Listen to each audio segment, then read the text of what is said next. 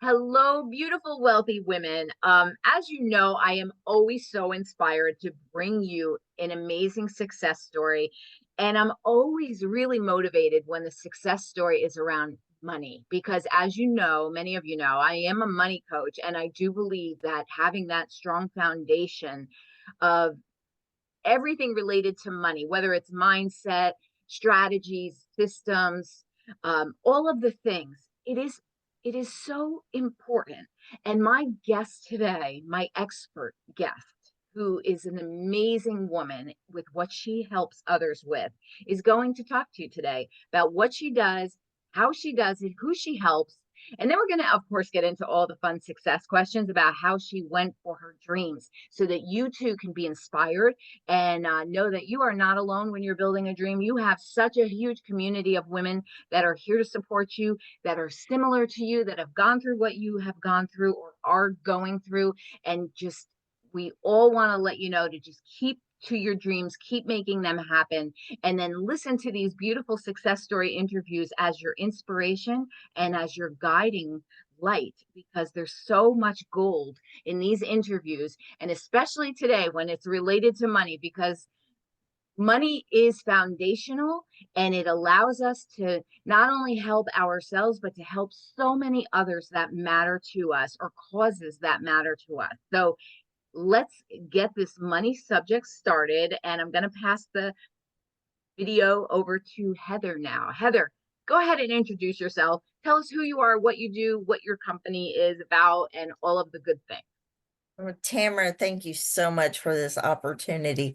My name is Heather Gaunt Schmidt, and I am so excited to be with you here today.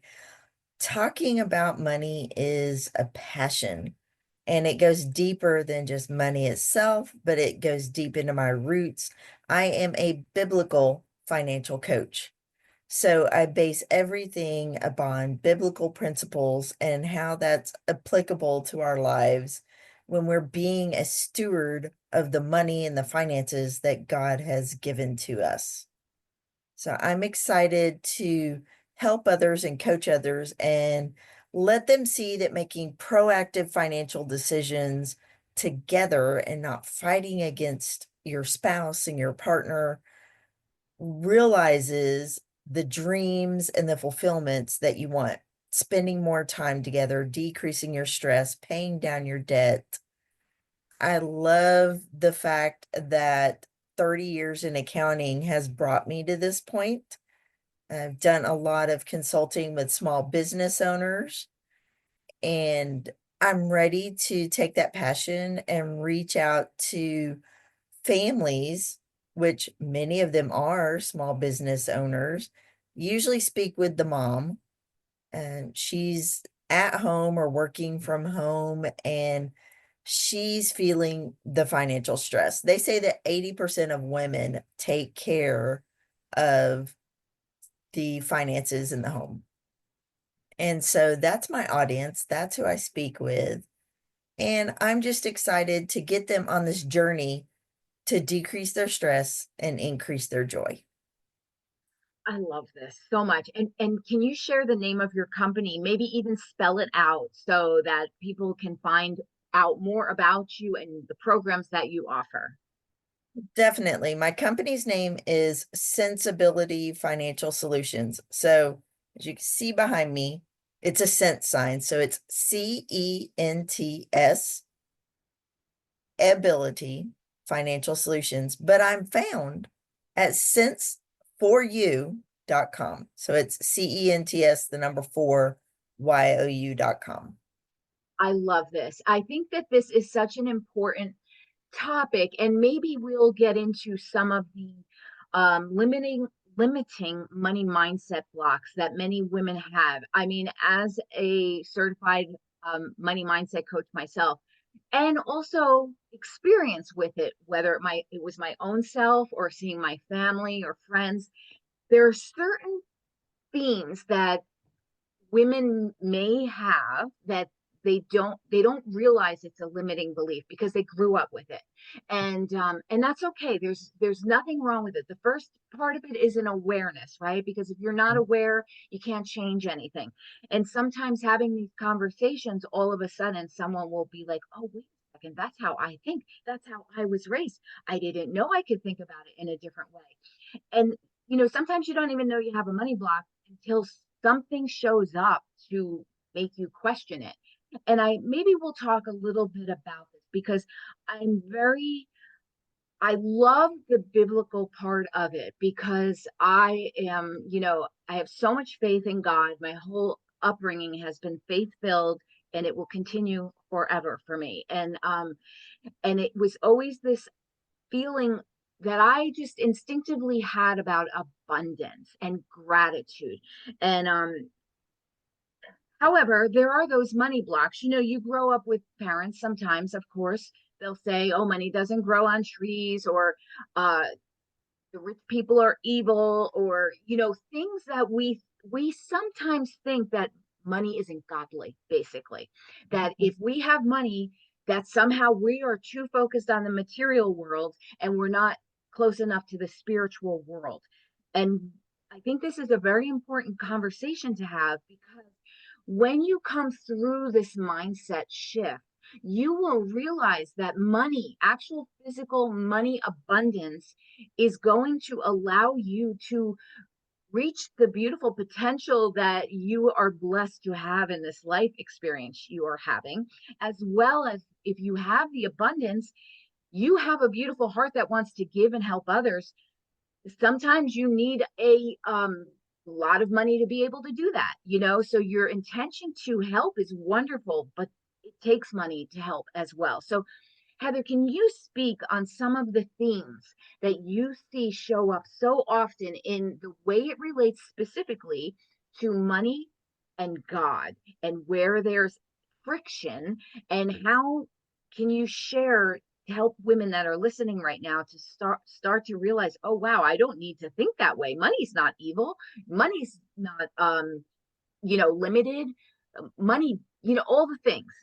Speak to this, because I love the whole side of the spiritual connection to money and abundance. Yeah, well, I think you hit the nail on the head with a couple of things of, money is evil, poor is next to godliness, money doesn't grow on trees, wealthy people are evil people.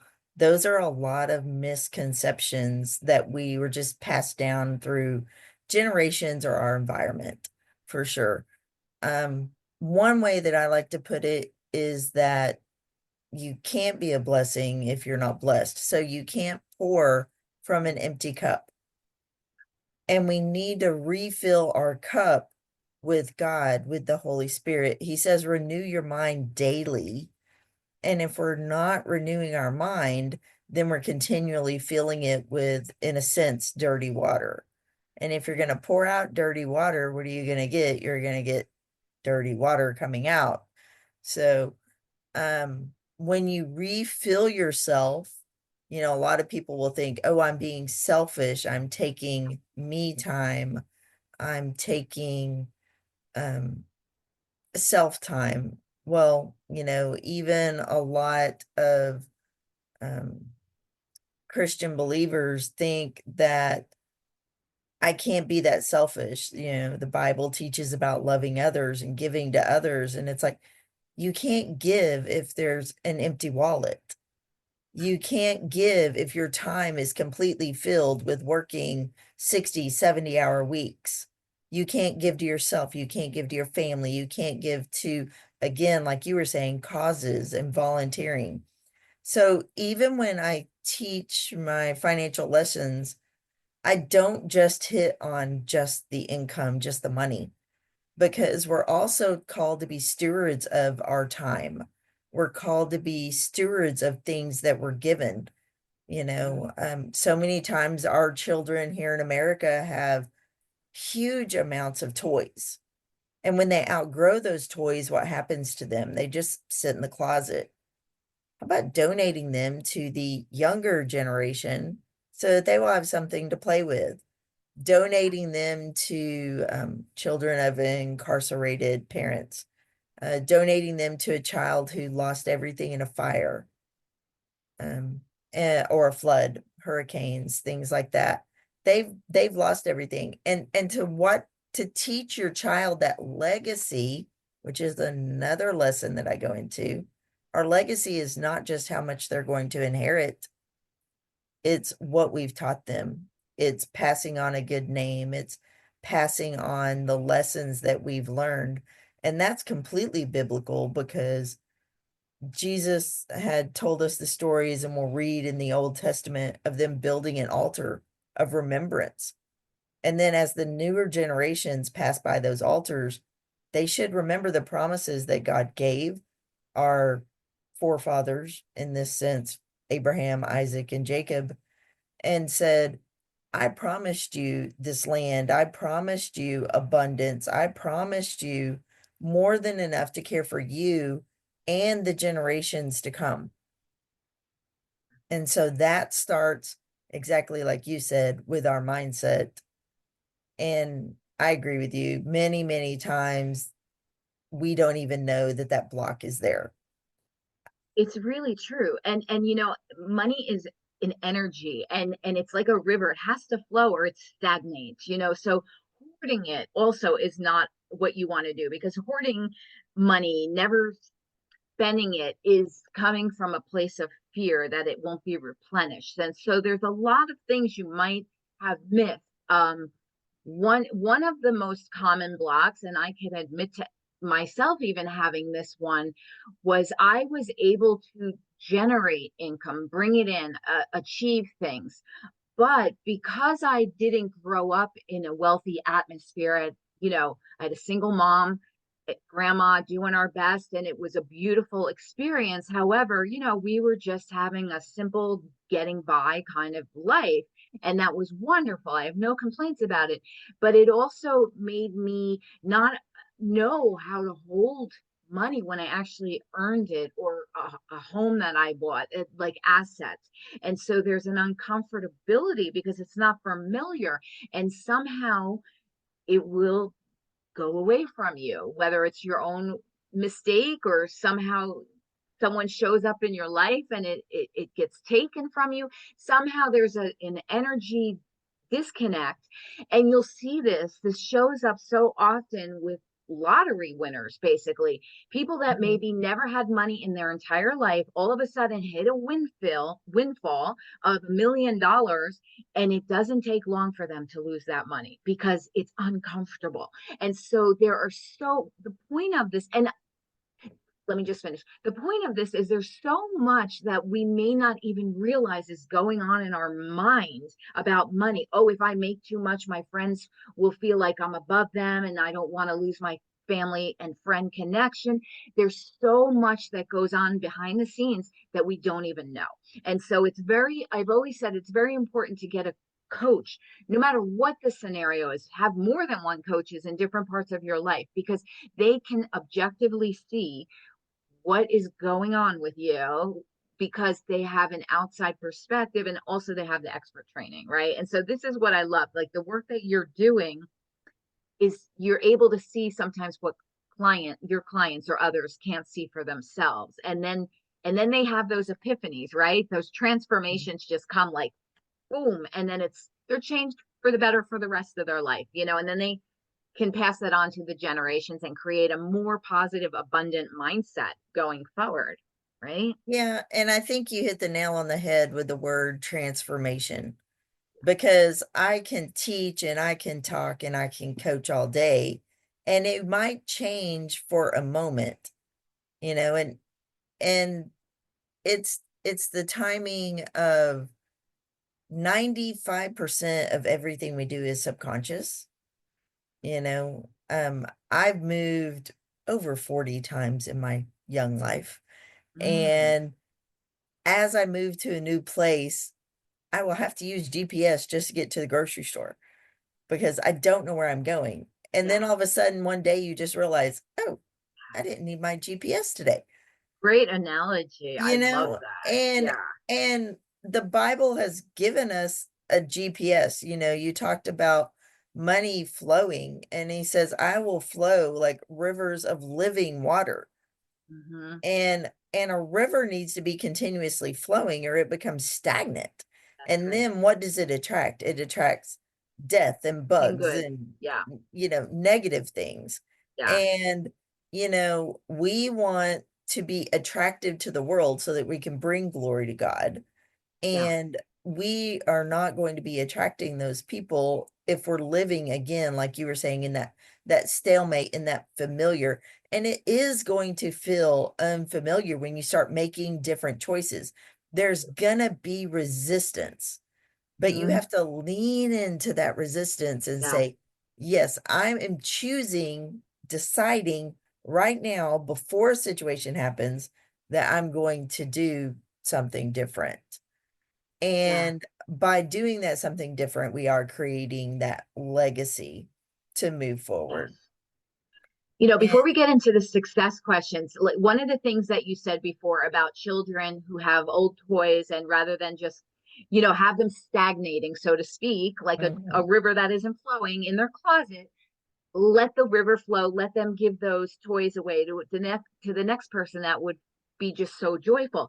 And this, when you think about it, for all of us adults, we can see that child has a toy and that toy can be given to another, right? So the idea is there that that child has abundance, that child has wealth because it has a toy. Similar to you as an adult being with, let's say, just cash money, your cash, your money is that toy. And if you have that like the child has the toy and you have the cash, both the child and you as an adult can have the ability to give it forward, right? To keep it, of course, enough for your family to flourish, enjoy it, but then also move it forward. And so if you're ever thinking as an adult that money is evil or I shouldn't take more than my share because it'll take away from somebody else, try and remember this analogy of this child with a toy. If they didn't have a toy, they couldn't make another child happy because they would have nothing to give to that other child. So think of it in your own adult self. If you don't have abundance with actual financials, you can't also give anything forward. So we need to wipe this slate clean that somehow money is evil. It is so not evil. Basically, as I think many of us are coming to realize, if you're already a good person, money's going to just make you even better at being good. If you have some negative qualities, then maybe money will highlight those negative qualities. But that's already the character of the person. It has nothing to do with the money. Money's just an amplifier, depending on what your nature is already. And so I just want all of these women, and I love the work that you're doing, to get past this fear of money. And sometimes, for those that are really connected to the spiritual side of things, knowing that, God, whatever is your higher power, wants abundance for you because then you're blessed and then everything also gets blessed if you keep it flowing and keep in a generous abundant mindset and focus on all the positive that it can do, and know that if you are a really good person, you're only going to do really good things with that money. So and I yeah. think you hit the nail on the head a little bit when you started talking about generosity. So gratitude and an idea of gratitude is one step. It's one of the first things that I touch with my clients. And I said, you know, buy a book, get an app, use something so that every single day you are finding something to be thankful for. And the only thing that I would differ with you is that if you are a child like mind with no toys and you're like, I'm just living paycheck to paycheck, how can I give out of abundance or how can I start giving? Well, we all have 24 hours in a day. Yeah, it could be Can you time. volunteer your time? Mhm. So Yeah. even that child without a toy, if they went outside to the neighbor child and started playing with them, playing hopscotch, That's picking right. up a stick and, I Which love could the mean so Three much more. Musketeers, but they're giving of themselves, they're Mhm. giving of their time. That's right. And that's also something in abundance that, I mean, it's limited, but we all have the same limited time, but we can give of it. Yes, And, you can volunteer for your favorite organization, or yes, again, you can just volunteer and go to your neighbor. Maybe absolutely. maybe they need a couple of meals, because they're homesick, even just checking on them, picking Absolutely. up the phone and actually making a phone call and not a text, Yes. can mean so much more sometimes. So it's not strictly about our Of cash course. money Oh, that I we never hold. even, yes, I never even And I know intended to that, say but I that. wanted to give them Yeah, something else to think about, because yeah, you may not be there yet. You may not be in cash abundance, right. but you have yourself and you have your time that you can give to Exactly. others, and start having that river flowing so that it's Yeah. pouring into you so it can pour through you into others. And it's a great first step too, because it gets you in the habit of what that you have then the proof that you're giving, there's more than enough to give, it replenishes, you're moving that so-called river, it's an actionable quality, and it just gets the whole habit going in place, the whole gratitude Mhm. abundance mindset, so it starts to create those transformations and mindset shifts. And I remember, like, I don't even know, but from the longest period of time, I would say, like, pretty much if you can't be grateful for what you already have, kind of why should you be given more? So you must start with gratitude. And this is really important too, because if you're ever feeling down or like a little lost, just get out a sheet of paper and write everything that you can be grateful for, and you will realize how blessed you are. And then think Mhm. about those that are less fortunate. And then you're like, wow, I am really blessed. Let me do something with these blessings and help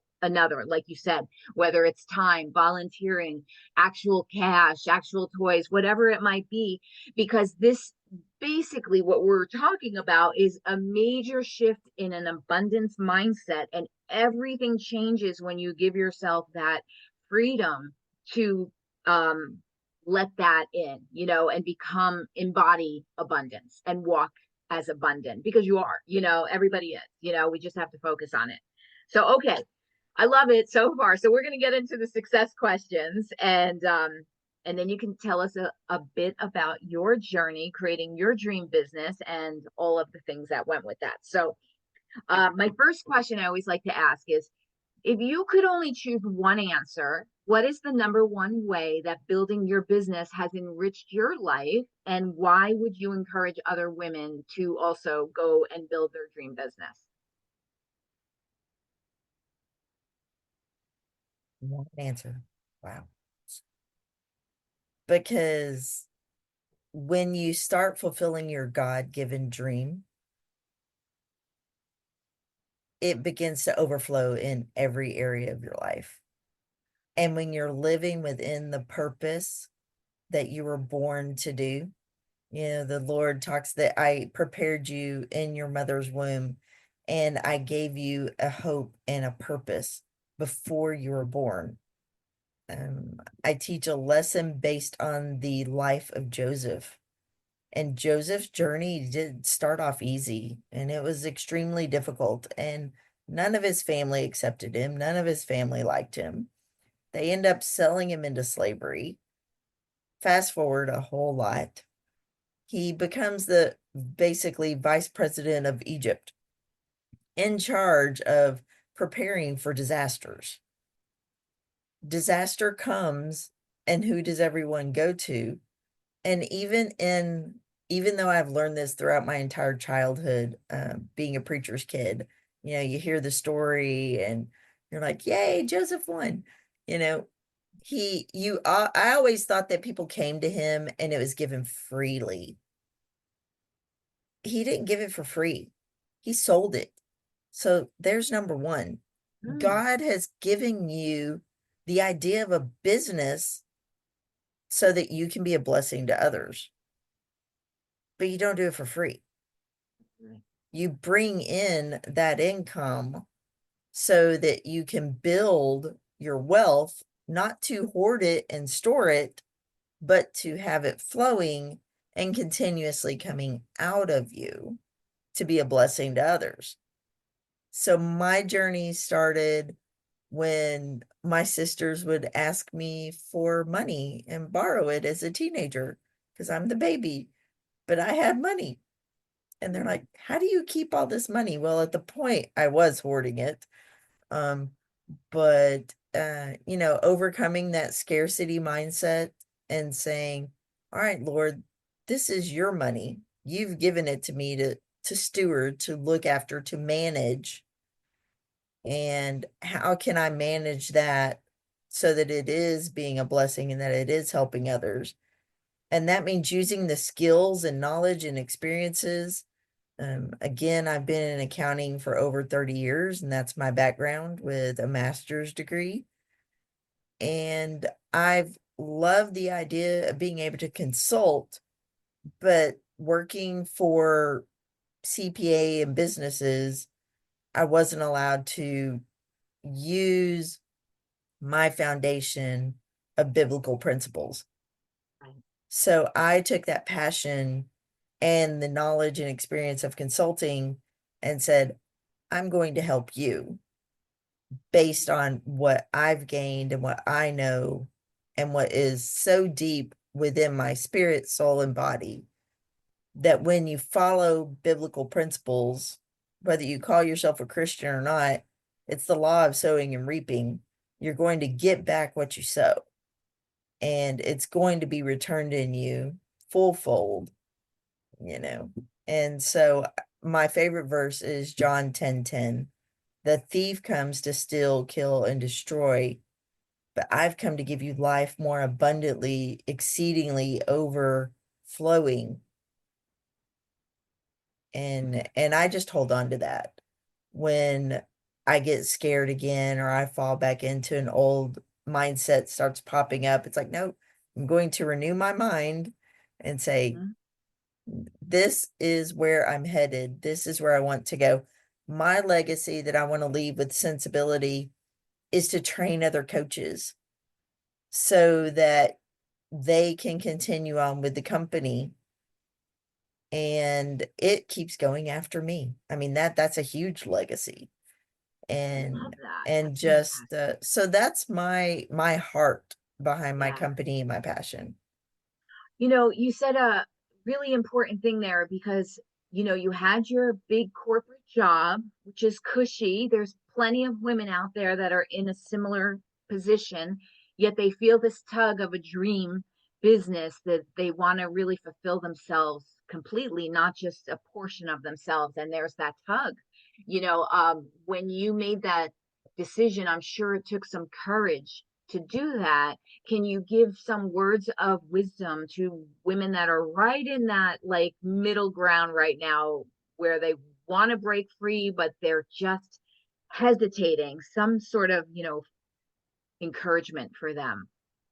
Definitely. I'm a planner and I planned and planned and planned and I made all these rules. Oh, I need this much money in my savings account before I let go of a corporate job. I need to be able to replace my income. Um, and then I had a dream, while I'm sleeping and God just showed me the Grand Canyon. And if you're not an American, just Google it. It's beautiful. And he just starts stepping out, like when he got out of the boat and he stepped on the water and he's like, Peter, come to me. And he's like, come on, Heather, and he's holding out his hand. And I'm like, dude, I know you're God, but not about to step out over the Dude. Grand Canyon. And Mm-hmm. he's like, it's okay. Trust me, you know? And as I took a step, it was, fog starts lifting.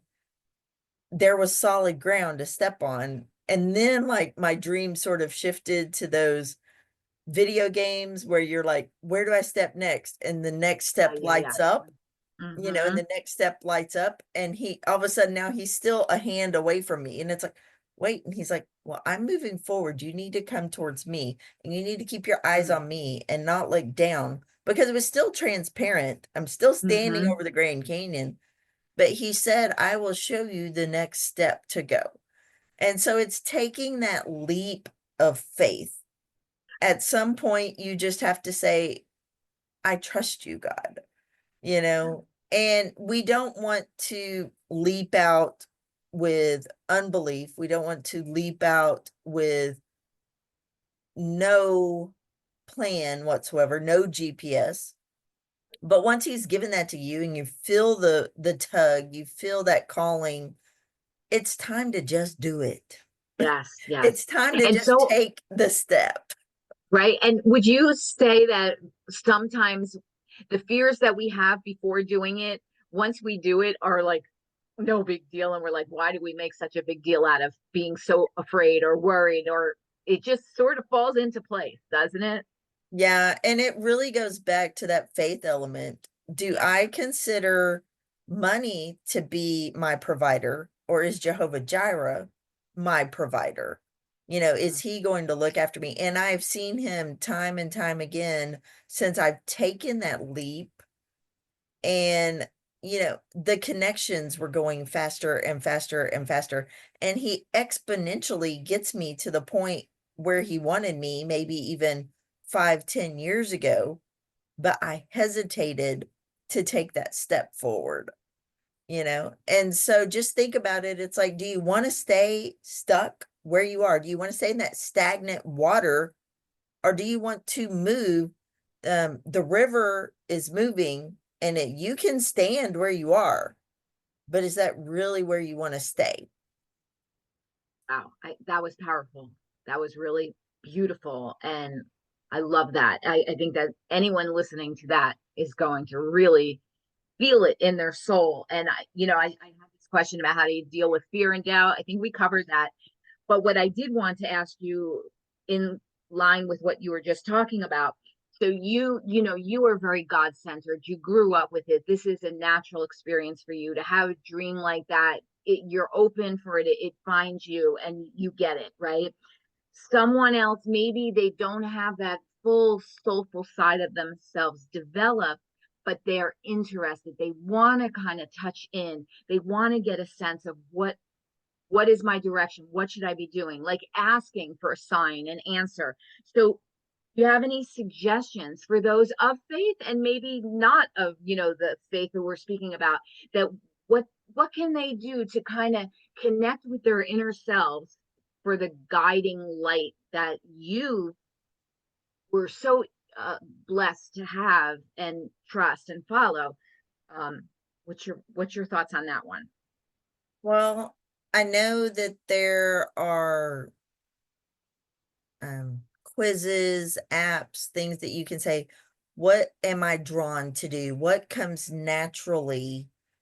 Mhm. And when you find that out, a lot of times you can immediately start seeing, oh, that's my calling. But then there's still lots of choices. God gives us freedom. How do Yeah, you want to use that? And it may be within a company, yeah, and you're just sure. one of the best workers for that company, but then Mhm. the company turns around and blesses you with bonuses, time freedom off, the availability to travel, the availability to train other people, you know, Yes. um, and so, but I think taking some of those quizzes, whether it's a personality quiz or what we call the gifts, where am I gifted? But if you don't want to take the time, I know those are long and consuming, or sometimes they're not free. You can even just start asking yourself, but if you could find a partner, and this is actually one of the lessons that I go through, um, why do you want to do this? Why do you think you want to do this? Even if you're not sure what this is, Right. but I enjoy doing, like Right. I enjoyed teaching. I actually tried teaching for a while. And I thought, well, Mhm. maybe I'm supposed to be a professor, and you go all over the place. Um, Absolutely. but you took a step, I took a leap, I took a step forward, and I went in a direction. I realized, not my direction. Let's go this way. So that's also one way you can do it, but asking yourself why. And by Yeah. doing it with a partner, you'll go a little bit deeper. and just keep going until literally as a woman, I Yeah, know men actually feel it too, but we show our emotions. When you get to that emotion of why,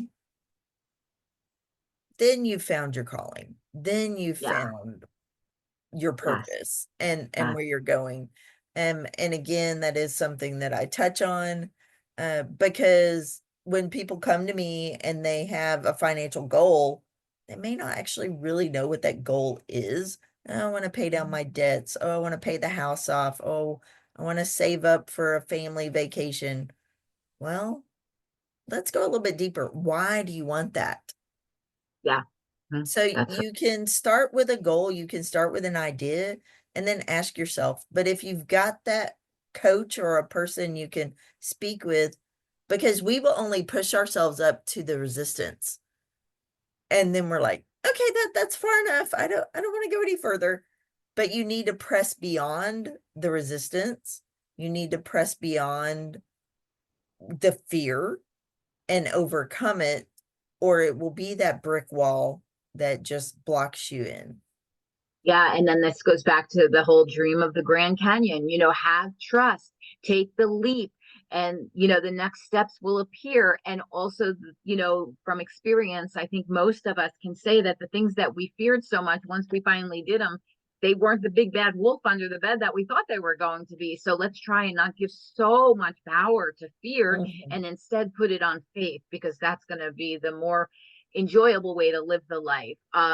I have one question. It's not on these cards, but it made me think about one of the benefits sometimes that not for every person in the corporate world or, a 9 to 5 type of job situation, but one of the benefits that can happen from that is when they clock out of work, they're clocked out.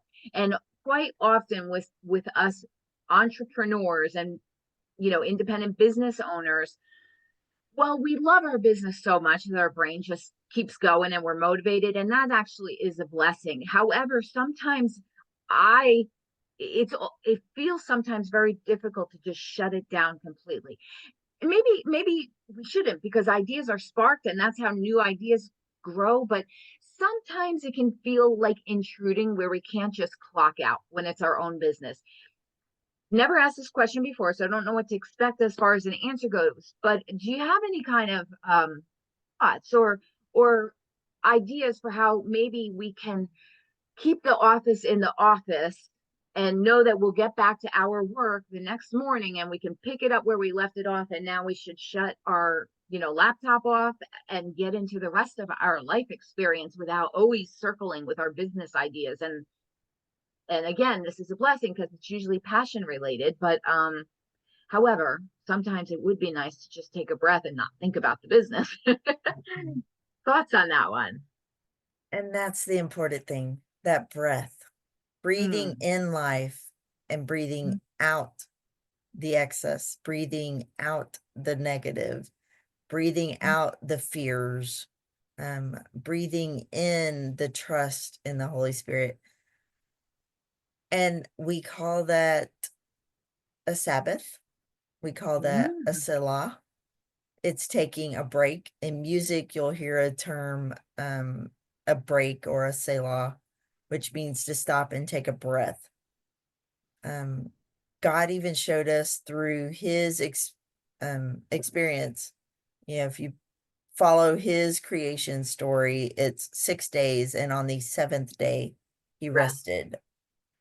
And they have proven scientifically that when you don't rest, you actually become counterproductive, working these 10, 12, 15-hour days. Uh-huh. And that's really scary because our healthcare workers work those long hours, Yeah. you Yeah. know, Yeah. and we Sure. want them at their best, Yeah. you know, taking care of us when we're not feeling well. But you think about a mom, like you were saying, even a mompreneur who's holding her work from home job and she's balancing and she's great with the time management, but she feels overwhelmed and Yeah. burned out. And it's like, Mhm. how does that even relate to money? Well, Yeah. actually, if you'll stop and take the break, if you'll stop and take a nap, if Yep. you'll stop and And I call it tithing our time. It's like one day out of the week, I am not going to work.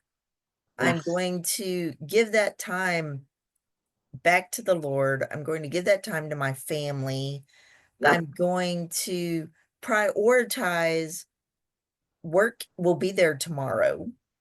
You know, it was proven by Chick-fil-A, for example, that they are actually making more money in 6 days than the companies that are open 7 days a week. absolutely, And that's absolutely. based on that biblical principle of, Mhm. nope, we're gonna take this day off. And he's had workers that, do not take their Sabbath on Sundays, and they're like, "Well, we could run it because we're taking off on Saturdays or, sunset to sunset, on certain days of the week." And he's like, "Well, this is ours, just our founding, so this is our day off. This is our day of rest." And you know, I know that like in Europe and Asia, there are companies where they're like, stop and take a nap. Sundays. You Yep. do not need, you need to stop and take a break. You need to take your meal breaks, you know? Mhm. And so with my lessons, again, I'll throw that into what I call me time. And I Yeah. came up with a great acronym for me time. And it's making an effort to indulge in my essence, Oh, I trademark love that. pending. But Yes. it's pouring back into yourself so that you are a flowing filled cup to overflow and give to others. Well, you can't do that if your cup is empty. You can't do that if you're dry. You can't do that if you're constantly overwhelmed and you're like, so the other biggest key, so one key would be to um, you know, just relax and take the Sabbath. When you're on vacation, don't take your computer. Turn, Mhm. start small. Can you do an hour without your phone Yeah. and just spend time with your family? My husband and I love doing date nights. And during COVID, we had the hardest time because they were saying, oh, well, you need to use your phone.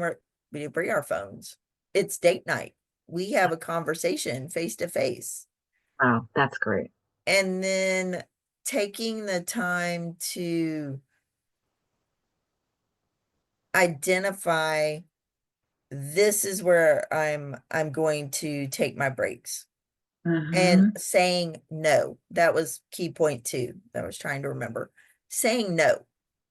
If Mhm. you were to call me as a client and say, well, I'd like to do 7 p.m. on Thursdays. I'm sorry, I already have something else booked at that time. How does 5 p.m. work for you?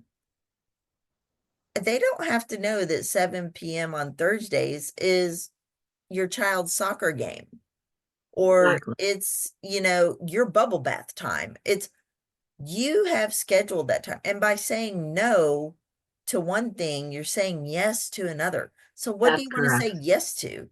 And when you Mhm. know your priorities and you've decided in advance, this is where I'm working towards, this is the goal that I'm working towards, it's really easy to say no. I love this. And I think this is a great place to end our interview. And when you think about everything that you were just saying, boundaries, say yes to what you want to say yes to, say no to what you want to say no to, have the Sabbath or the rest day or days or parts of your day, whatever that might mean. Really, what this is abundance mentality again, because you know that there's plenty more when you're done with your rest. There's plenty more opportunities. If you say no to one, the better one will show up for you because you made space for it. And so if you can rethink about it like that, that it is actually a form and action of abundance to say no to work or opportunities. It is really faith that there's plenty more where that came from. And you need to rest yourself so that you can meet it successfully when it does show up, and then enjoy the other parts of your life when the business side is not happening. That was beautiful. I loved this interview so much. Thank you. Really, really, everything that you said was so robust and full and visual and emotionally uh, connected as well as logical. I think this was fantastic. And before we sign off, go ahead and let everyone know again where they can find you. And yeah, Again, the company name is Sensibility Financial Solutions, and I am at sense4you.com. CENTS, the number 4, YOU.com. Because when you make proactive financial decisions, that makes sense for you. I love that. Heather, you're fantastic. Thank you so very much. And oh, women, was this just beautiful? So go out there with faith-filled abundance mindset and just make it happen for yourself, and don't overthink it, don't over worry it. Put your energies into faith, put your energies into abundance, into rest, into revitalizing yourself, and just showing up to meet yourself where you are so that your cup can overflow and be not only a blessing to you, your family, and others, but continue that way. And let it be easy and let it be enjoyable. So these are all mindset things, and that's really the foundational part of most everything. So thank you so much for watching or listening, and I will be back soon. This is Coach Tamara from Wealthy Woman Every Day, and I'm so happy to bring you these beautiful success stories. Until next time, bye for Thanks, now. Tamara. Thank you. Thank you.